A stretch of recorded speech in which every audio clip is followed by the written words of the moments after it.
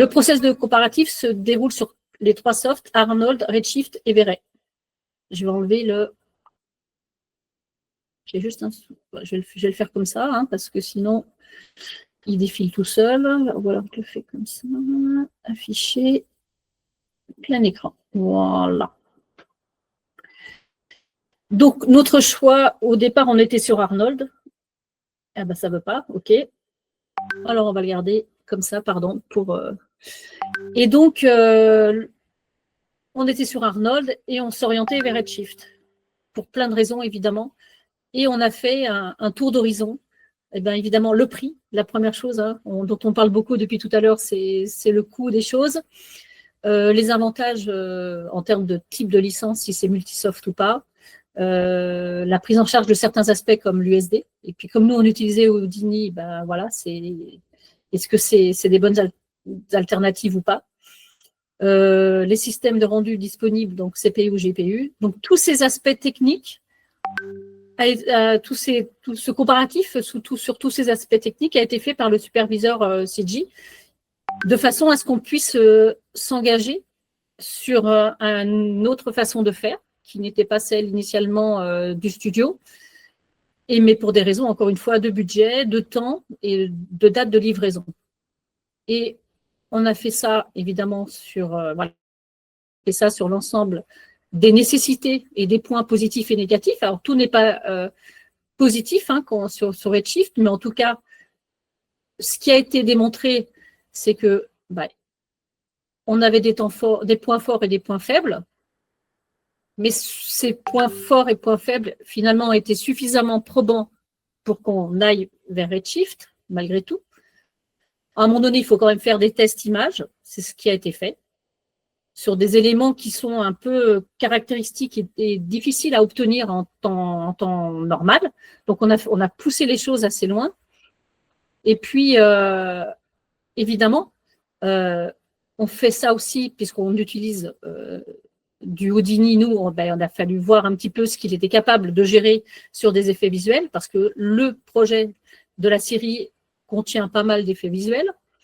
Donc, évidemment, il fallait s'assurer qu'on puisse aller jusqu'au bout avec. Voilà, comment il gère. Et pour nous, tout ce qui était rendu, et nous, on avait beaucoup de bâtiments, beaucoup d'assets, il fallait voir comment il était capable d'encaisser. Et puis, on a surtout un robot extrêmement travaillé, détaillé, et comment il pouvait encaisser le calcul de tous ces éléments du modèle CG du robot.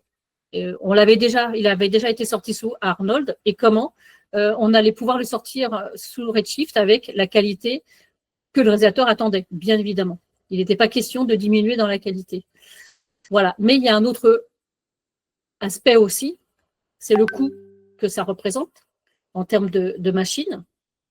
Et puis également, toutes les spécificités hardware des bécanes qui sont liées donc à l'utilisation de Redshift, mais aussi le coût en euros pour nous, évidemment, sur ce que ça représente en termes de dépenses au niveau de la render farm. Et puis, on avait le coût électrique, je crois, si je me souviens bien. Je dois l'avoir. Je l'ai. Alors, j'avais un coût aussi électrique. Ah oui, voilà. Consommation en watts. Voilà. En consommation en kilowatts. Donc, voilà. Donc, on est quand même sur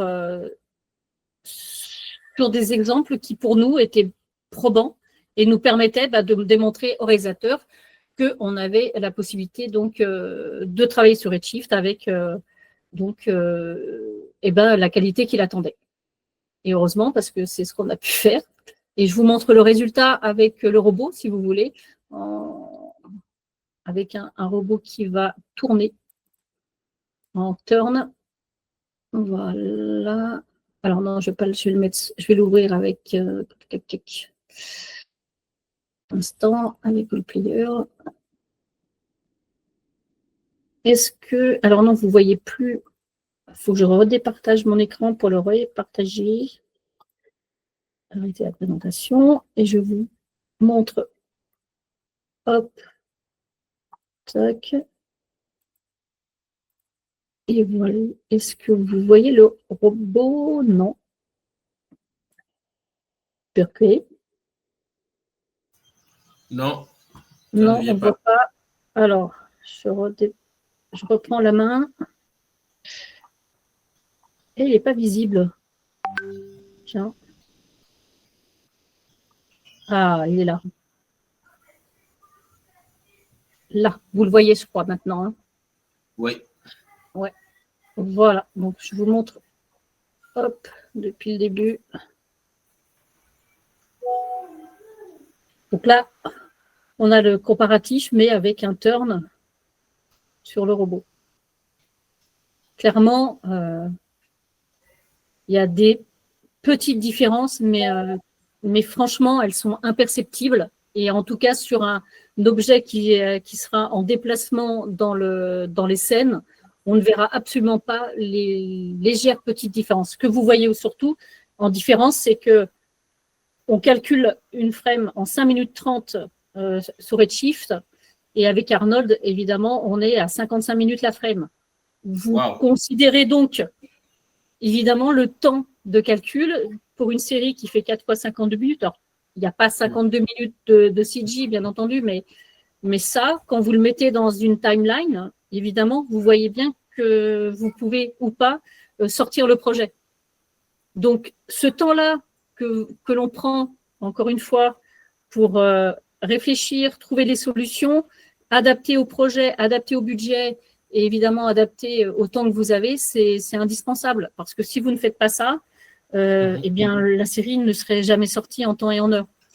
Je voulais vous parler, tout à l'heure, je vous ai parlé du fait d'avoir construit une rue et pas de la faire autrement, pour des raisons, évidemment, de coût, encore une fois.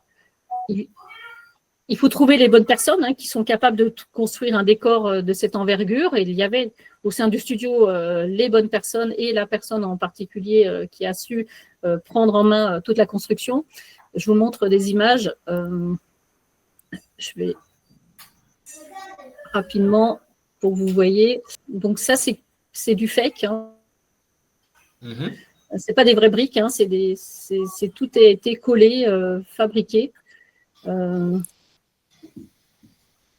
Au départ, j'aurais dû vous montrer le plateau de départ, mais c'est une structure métallique, il n'y a rien. C'est un vaste hangar, en fait. C'est un hangar. Et toute la structure métallique a été habillée, comme vous le voyez. Et cette solution de construire le décor, finalement, nous a permis de rester dans le budget. Alors qu'on peut se dire que construire un décor à l'échelle 1 d'une rue, sur 60 mètres de long, 4,50 mètres de haut, après, il faut faire des extensions de décor. Mais non, ça nous a permis quand même de rentrer dans le budget. Donc voilà, de construire, ça c'est encore autre chose. Si vous voulez, je vais vous envoyer à tous, c'est ce que je disais à Daniel tout à l'heure, depuis plein de temps déjà, j'ai un petit document que je vais partager rapidement. C'est un petit document qui me permet de centraliser plein d'infos que je comptabilise là depuis pas mal de temps maintenant. Il est où? Tac. C'est tellement petit que je vois rien. Je pense que c'est ça. Ouais. En fait, c'est une sorte de kit.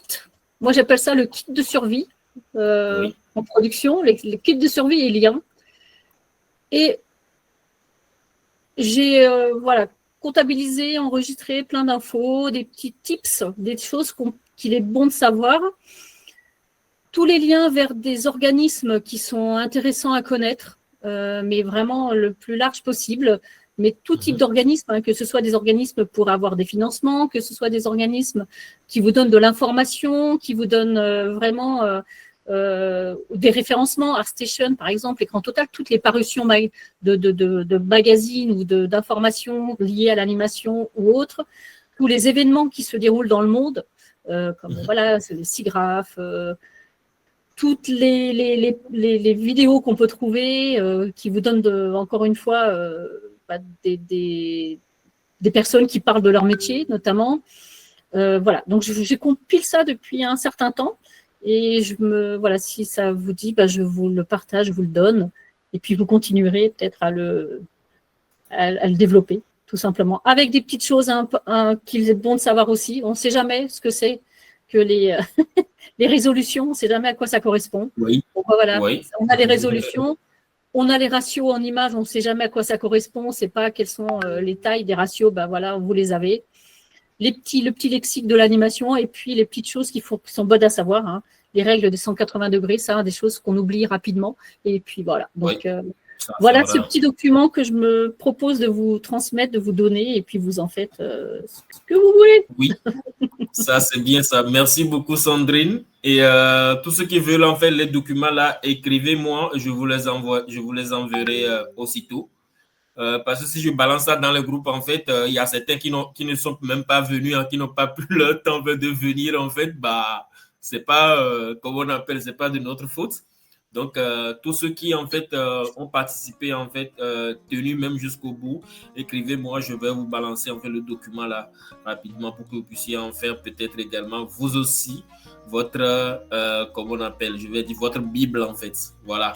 C'est ça, voilà, c'est des petites choses qu'on peut se mettre de côté, et puis on replonge régulièrement dedans, et c'est toujours bien, c'est toujours utile. Ça fait toujours du bien, oui.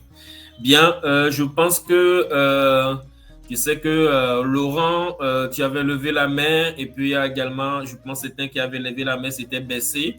Mais je pense que le temps nous est vraiment, on en a déjà beaucoup abusé, ça c'est vrai.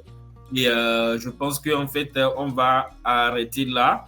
Et je veux profiter également de cette occasion pour vous dire également, si vous avez des films en fait que vous faites ou bien même des teasers et consorts et autres, en fait, envoyez ça au festival également Baka Animation parce que en fait le but de ce festival en fait c'est de promouvoir vraiment en fait nos productions vers l'international également parce que l'animation quand c'est fait c'est pour l'international, c'est pas que pour le national en fait, c'est le langage commun à tous les productions. Moi je voulais vous remercier de m'avoir fait confiance, de m'avoir permis de m'exprimer et voilà j'étais très stressée.